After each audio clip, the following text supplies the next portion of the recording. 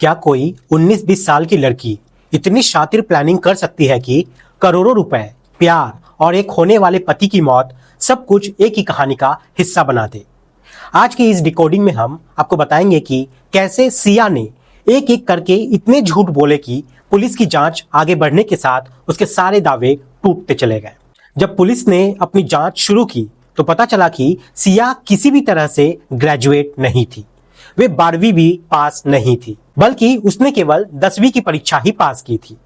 खुद केतन के परिवार का कहना है कि उन्हें पहले बताया गया था कि सिया ग्रेजुएट कर चुकी है और पढ़ाई पूरी करने के बाद अपना बिजनेस संभाल रही है। लेकिन जैसे जैसे जांच आगे बढ़ती गई, सिया की एक एक सच्चाई सामने आती गई। उधर दूसरी तरफ सिया की मां एक सोशल मीडिया इंटरव्यू में कहा था कि उन्होंने पहले ही सिया के ससुराल वालों को बता दिया था कि उनकी बेटी 12वीं फेल है और केवल 10वीं ही पास है, बाकी उन्हें जैसा ठीक लगे वैसा करे। लेकिन दूसरी ओर केतन के माता पिता का कहना है कि उन्हें पूरी तरह अलग कहानी बताई गई थी।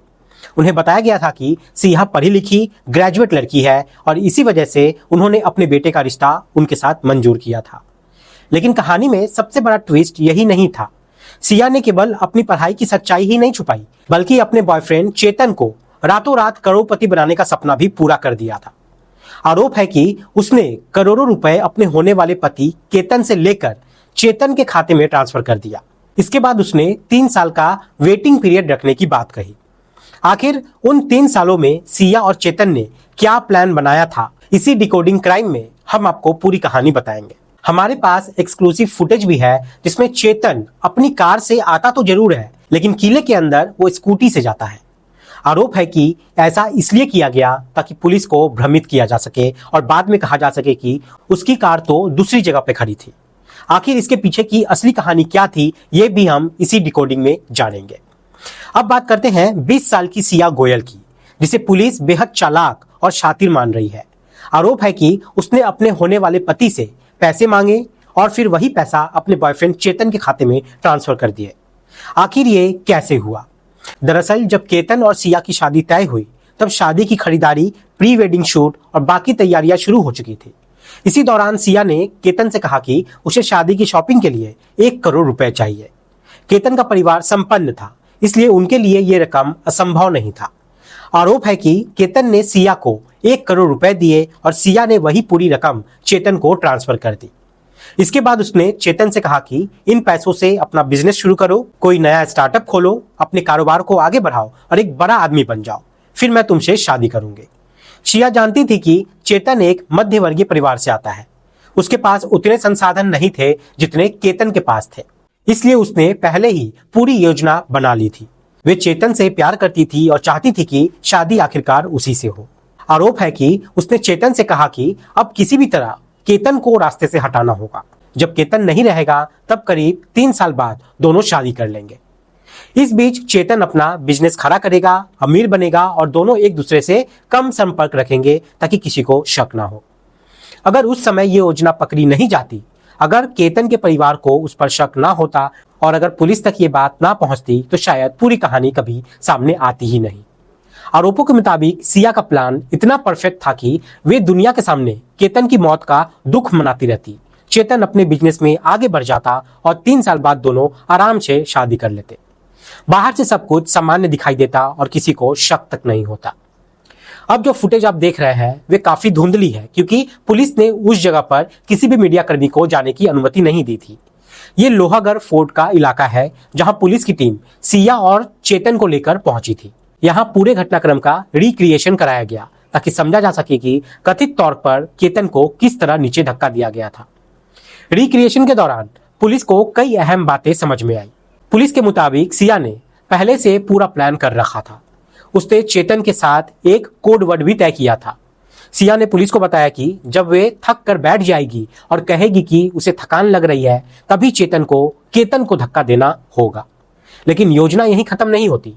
पुलिस के अनुसार दोनों ने पहले ही तय कर लिया था कि जब केतन और सिया आगे आगे चल रहे होंगे और चेतन पीछे पीछे आएगा, तब सही मौका का इंतजार किया जाएगा। जैसे ही ऐसी जगह आएगी जहां आसपास कोई नहीं होगा और जहां से गिरने के बाद बचने की कोई संभावना नहीं होगी, तब सिया थकने का बहाना करेगी, नीचे बैठ जाएगी और अपने जूते की फीते बांधने लगेगी। यही चेतन के लिए तय किया गया संकेत था। जब पुलिस ने पूछा कि केवल बैठ जाना ही काफी था, फिर जूते के फीते बांधने की क्या जरूरत थी, तो जवाब मिला कि अगर सिया खड़ी रहती और केतन के बिल्कुल पास होती तो धक्का लगने के बाद केतन खुद को बचाने के लिए सिया का हाथ पकड़ सकता था। इससे दोनों के गिरने का खतरा था। इसलिए पूरी योजना इस तरह बनाई गई कि सिया नीचे बैठ जाए, जूते के फीते बांधने लगे और चेतन पीछे से आकर केतन को जोरदार धक्का दे दे। उस समय केतन चाहे भी तो सिया को पकड़ ना पाए। इसके बाद जैसे ही सिया नीचे बैठी और अपने जूते के फीते बांधने लगी, उसी समय चेतन पीछे से आया और उसने केतन को पूरी ताकत से खाई की ओर धक्का दे दिया। उस वक्त केतन के आसपास कोई नहीं था जिसे पकड़कर वो खुद को बचा सके। योजना को बिल्कुल उसी तरीके से अंजाम भी दिया गया जैसे पहले से बनाई गई थी। जब सिया ने अपने जूते के फीते बांध लिए तब वो उठती है। दोनों ने सामान्य होने का दिखावा किया और कुछ देर बाद जब चेतन वहां से निकल गया तब सिया ने रोने का नाटक शुरू किया। वे जोर जोर से चिल्लाने लगी कि देखो, मेरा मंगेतर जो था वो नीचे गिर गया है, मेरा केतन नीचे गिर गया है। उसकी आवाज सुनकर आसपास के लोग वहां पहुंचते हैं और भीड़ इकट्ठा हो जाती है। पुलिस के मुताबिक पूरी घटना इतनी परफेक्ट थी कि जांच अधिकारी भी ये सोचने पर मजबूर हो गए कि इतनी कम उम्र की लड़की ने इतनी बारीकी से ये प्लान कैसे तैयार किया। ये सिर्फ हत्या की योजना नहीं थी, बल्कि हर छोटी बड़ी बातें पहले से तय थी। जैसे हमने आपको 1 करोड़ रुपए वाले ट्रांजैक्शन की बात बताई, उसी तरह बाली जाने की योजना भी इसी कहानी का हिस्सा था।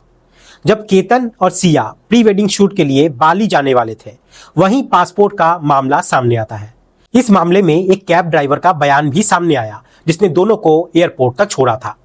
ड्राइवर के मुताबिक रास्ते में एक जगह सिया अपने भाई से बहस कर रही थी। वे बार बार ये कह रही थी कि उसे केतन के साथ बाली नहीं जाना है और वे कोई भी प्री वेडिंग शूट नहीं करना चाहती। माहौल काफी तनावपूर्ण हो गया था। इसके बाद सभी लोग एक कैफे में रुके जहां उन्होंने कुछ खाया पिया।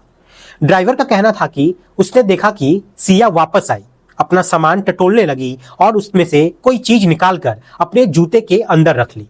इसी आधार पर यह अनुमान लगाया जा रहा है कि शायद केतन का पासपोर्ट उसी तरह छिपा दिया गया था। संभव है कि बाद में वह उसे वॉशरूम में ले जाकर फाड़ दिया गया हो या फ्लश कर दिया गया हो।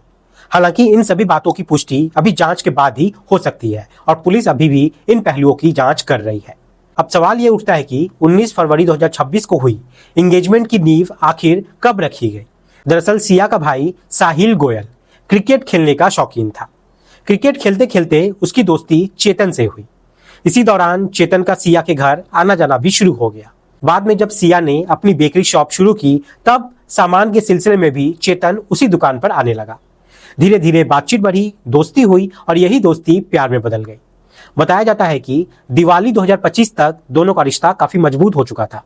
समय के साथ ये रिश्ता इतना गहरा हो गया कि दोनों ने साथ जीने मरने की कस्में तक खा ली। अब कहानी में एक और बड़ा मोड़ आता है। जब सिया की शादी केतन से तय हुई तब कई मीडिया रिपोर्ट्स में यह दावा किया गया कि सिया की उम्र करीब 20 साल के आसपास थी। यह भी आरोप लगाया गया कि उसे शराब की लत थी और उसके पहले भी कई रिश्ते उसके रह चुके थे। इन सभी बातों से परेशान होकर परिवार ने सोचा कि उसकी जल्दी शादी कर देनी ही बेहतर होगा। इसी वजह से उन्होंने इलाके के एक संपन्न अग्रवाल परिवार में अपना रिश्ता तय कर लिया। केतन एक सफल बिजनेसमैन था, अपनी कंपनी में डायरेक्टर था और उसका कारोबार तेजी से आगे बढ़ रहा था। जब पहली बार सिया से कहा गया कि वे केतन से मिले तब शुरुआती दौर में उसे केतन पसंद नहीं था। पुलिस के सामने दिए गए बयान में भी उसने कथित तौर पे कहा कि परिवार को सच्चाई बताने से ज्यादा आसान उसे केतन को रास्ते से हटाना लगा। कई बार यह भी कहा गया कि केतन कम बालों की वजह से विग लगाता था और इसी बात को लेकर सिया उसे पसंद नहीं करती थी। लेकिन दूसरी ओर यह भी समझ चुकी थी कि केतन बेहद संपन्न परिवार से है और उसके पास काफी पैसा है। यही से कथित तौर पर उसके मन में पूरी योजना बनती है। उसने सोचा कि पहले केतन की मंगेतर बनेगी, उससे पैसे लेगी, उन पैसे से अपने बॉयफ्रेंड चेतन को आर्थिक रूप से मजबूत करेगी और फिर सही समय आने पर केतन को रास्ते से हटाकर खुद को बेचारी और दुखी मंगेतर के रूप में दुनिया के सामने पेश करेगी। बाद में कुछ साल बीतने के बाद चेतन से शादी कर लेगी ताकि किसी को कोई शक ना हो और पूरा मामला एक परफेक्ट क्राइम जैसा दिखाई दे। यही वजह बताई जाती है कि जब पुलिस ने शुरुआती पूछताछ के दौरान सिया से कहा कि केतन जिंदा है और उसे खाई से जिंदा निकाल लिया गया है और उसका इलाज चल रहा है, तब पुलिस ने उसके चेहरे के भाव को गौर से देखा। मौके पर मौजूद कई लोगों ने भी महसूस किया कि जिस लड़की का होने वाला पति अभी अभी हादसे का शिकार हुआ है, उसके चेहरे पर वैसी बेचैनी या दुख दिखाई नहीं दे रहा था जैसा सामान्य तौर पे होना चाहिए। पुलिस ने इसी मनोवैज्ञानिक तरीके का इस्तेमाल किया और धीरे धीरे पूछताछ आगे बढ़ाई। जांच के दौरान पुलिस का शक जो है वो और ज्यादा मजबूत होता चला गया। जांच एजेंसी का मानना है कि इस पूरी कहानी का स्क्रिप्ट एक बेहद कम उम्र की लड़की ने तैयार किया था। कई लोग हैरान है कि आखिर 19-20 साल की लड़की इतनी बारीकी से इतना बड़ा अपराध करने की योजना कैसे बना सकती है। यही वजह है कि ये मामला हाई प्रोफाइल बन चुका है। मीडिया, सोशल मीडिया, यूट्यूब और फेसबुक सहित हर प्लेटफॉर्म पर इसकी चर्चा हो रही है। अब इस मामले में एक नई लड़ाई भी शुरू हो चुकी है। ये लड़ाई अदालत में नहीं बल्कि वकीलों के बीच दिखाई दे रही है। सवाल यह है कि आखिर सिया का केस कौन लड़ेगा। खुद सिया के भाई साहिल गोयल ने इस पूरे विवाद पर खुलकर बात की है। 7 दिन की पुलिस कस्टडी पूरी होने के बाद सिया गोयल और चेतन चौधरी को कोर्ट में पेश किया जाना था। उससे पहले साहिल गोयल ने बताया कि जो भी अदालत का फैसला होगा उनका परिवार इसका सम्मान करेगा। यहाँ एक बात समझना भी जरूरी है कि जो कहानी इस समय सबके सामने आ रही है ये पुलिस की जांच और पुलिस थ्योरी के आधार पर सामने आ रही है। अभी तक ऐसा कोई अंतिम न्यायिक फैसला नहीं आया है जो इन आरोपों को पूरी तरह साबित करता हो। पुलिस अपनी जांच के दौरान जो तथ्य जुटा रही है वही धीरे धीरे मीडिया के माध्यम से सामने आ रहा है। पुलिस के सामने सबसे बड़ी चुनौती यही होगी कि अदालत में वे ऐसे पुख्ता सबूत पेश करे जिससे ये साबित हो सके कि इस पूरे घटनाक्रम के पीछे वास्तव में कौन है और किसने क्या भूमिका निभाई है। अब देखना ये होगा कि आगे की जांच में और कौन कौन से तथ्य सामने आते हैं, क्या नए सबूत मिलते हैं और अदालत में पुलिस अपनी बात किस तरह साबित करती है। दूसरी ओर बचाव पक्ष भी अपनी तर्क और साक्ष्य पेश करेंगे। आखिरकार अंतिम फैसला जो है अदालत के समक्ष प्रस्तुत सभी सबूतों और कानूनी प्रक्रिया के आधार पर ही लिया जाएगा। तो दोस्तों, इस पूरी घटना को समझाने का मतलब किसी को परेशान करना नहीं है बल्कि आपको सतर्क करना है। आप सभी यहाँ पे सतर्क रहें, सावधान रहें। जय हिंद, जय भारत।